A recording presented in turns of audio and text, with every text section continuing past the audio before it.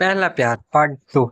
मैं बिलाल का हाथ पकड़कर समुंदर के किनारे जाकर बैठ गए और अपना सर बिलाल के कंधे पर रखा हुआ था। हम दोनों इन खूबसूरत लम्हों को एंजॉय कर रहे थे। मैं बिलाल के ख्यालों में थी और बिलाल मेरे ख्यालों में था। फिर मैंने बिलाल की तरफ देखा, वो मेरी तरफ देखने लगा।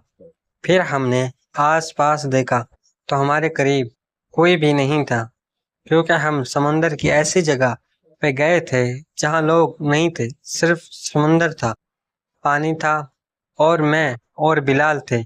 फिर मैंने मुंह आगे किया और बिलाल ने भी आगे किया और फिर हम दोनों एक दूसरे के होंठों का जाम पीने लगे। तकरीबन 15 मिनट तक हम एक दूसरे के होंठों का जाम पीते रहे। फिर मैंने महसूस किया कि बिलाल का एक हाथ मेरे सीने पर आ गया था और वो खेल रहा था। तकरीबन 30 मिनट तक हम लोग ऐसे ही एंजॉय करते रहे। फिर हमें एक गाड़ी के आने की आवाज़ आई। हम एकदम संभल गए। फिर देखा तो एक लड़की और लड़का गाड़ी से उतर रहे थे। फिर थोड़ी देर बाद वो भी एक कोने में आके बैठ गए। फिर वो लोग भी हमारी तरह ही लगे हुए थे और यही सब कुछ कर रहे थे। फिर मैंने बिलाल से कहा कि बिलाल, चलो समुंदर में चलते हैं, पानी में। फिर मैं बिलाल का हाथ पकड़कर समुंदर के पानी में आ गई। अब जब भी समुंदर की लहरें आती थी तो मैं फौरन ही बिलाल को चिपक जाती थी और बिलाल मुझे पकड़ लेता था और गले से लगा लेता था। हम तकरीबन 2 घंटे तक समुंदर के पास रहे। फिर मैंने कहा कि बिलाल, मुझे तो भूख लग रही है। तो बिलाल ने कहा कि सबा, मुझे भी भूख लग रही है, लेकिन मैंने आपको नहीं बोला। मैंने कहा, पागल, तू बताते, मैं तो तुम्हारी मोहब्बत में ऐसे मदहोश हुई कि मुझे पता ही नहीं चला कि हमने खाना भी नहीं खाया। दोपहर का फिर हम लोग गाड़ी में आकर बैठ गए। फिर हम लोग डिफेंस में एक बेहतरीन रेस्टोरेंट पर आए और हमने वहाँ खाना खाया। खाना खाने के बाद हम लोग घर पहुँच गए।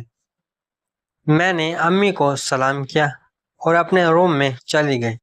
अम्मी ने खाना खाया या खाओगी? मैंने कहा, अम्मी, हमने खाना खा लिया था, बाहर बिलाल ने भी खाया हुआ है।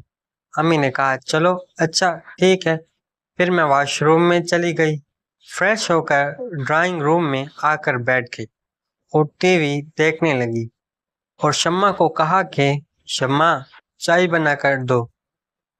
शम्मा ने कहा, जी मैडम, अभी बनाती हूँ। मैंने कहा कि वो बिलाल को भी चाय बना के दे दो। फिर थोड़ी देर बाद शम्मा चाय लेकर आ गई। मैं चाय पीने लगी। बिलाल अपने सर्वेंट क्वार्टर में चला गया था गाड़ी पार्क करके, और वो वहीं इसी रूम में बैठकर चाय पी रहा था। फिर मैं काफी देर टीवी देखती रही। अम्मी अपने रूम में सो रही थी। अब्बू के आने में अभी काफी टाइम था। फिर मैं उठकर बिलाल के रूम में चली गई। बिलाल ने जैसे ही मुझे देखा तो चौंक कर खड़ा हो गया। कहने लगा, मैडम, आप यहाँ, सब खैरियत है? मैंने कहा, हाँ, तुम परेशान क्यों हो रहे हो?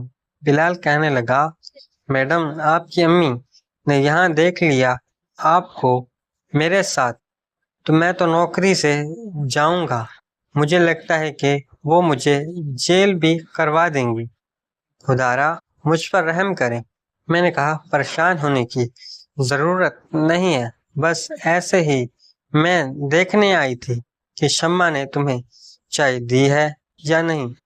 तो बिलाल कहने लगा कि वो चाय दे गई है मुझे, शुक्रिया, अब आप चली जाएं। फिर मैं वापस अपने रूम में आकर लेट गई। रात में उठकर मैं ड्राइंग रूम में आई तो अब्बा भी आ चुके थे। मैंने अब्बू को सलाम किया और फिर हम सब एक साथ बैठकर बातें करने लगे। बातें करते करते वक्त का पता ही नहीं चला। اور رات کے 10 بج گئے۔ شمع نے امی سے پوچھا، میڈم کھانا لگا دوں؟ تو امی نے کہا، ہاں شمع کھانا لگا دو۔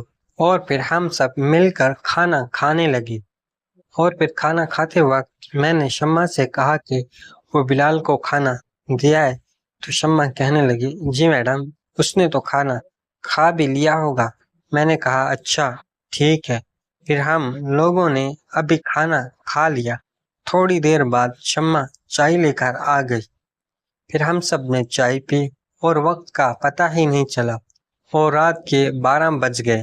سب لوگ اپنے اپنے کمروں میں چلے گئے۔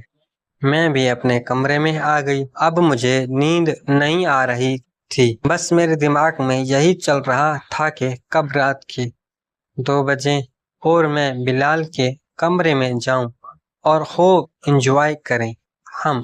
اب میں پتہ نہیں کیا کیا سوچ رہی تھی کہ ایسا کریں ویسا کریں گے، کیونکہ میں کافی ویڈیوز دیکھ چکی تھی۔ جبھی تو مجھے اس چیز کی طلب ہو رہی تھی۔ اکیلے روم میں سونے والی لڑکیاں اکثر ہی ان کاموں میں پڑ جاتی ہیں، ویڈیوز وغیرہ دیکھ کر خراب ہو جاتی ہیں، جیسا کہ میں ہو گئی تھی۔ اب رات کے 2 بج گئے تھے۔ میں اٹھی، تھوڑی سی تیار ہوئی، میک اپ کیا، تھوڑا سا بہترین خوشبو لگائی اور پھر دروازہ کھول کر باہر آئی اور ادھر ادھر دیکھنے لگی کہ کوئی جاگ تو نہیں رہا۔ پھر ابو کے کمرے کے پاس گئی تو وہ سو رہے تھے۔ پھر امی کے کمرے کے پاس آئی تو وہ بھی سو رہی تھی۔ پھر میں نے سوچا آج تو میں صبح تک بلال کے ساتھ خوب انجوائے کروں گی اور وہ سب کچھ کروں گی جو پچھلی رات ابا کے ساتھ اٹھ جانے کی وجہ سے نہ کر سکی تھی۔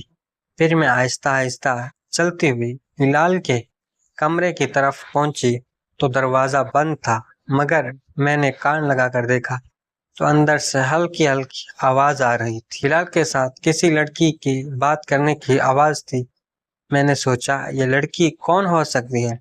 پھر میں جلدی جلدی کھڑکی کی طرف گئی تاکہ اندر دیکھ سکوں کہ بلال کے ساتھ کون ہے۔ پھر میں نے جیسے ہی کھڑکی سے جا کر اندر دیکھا تو میرے پیروں تلے سے زمین نکل گئی، کیونکہ اندر تو بلال کے ساتھ کوئی اور نہیں بلکہ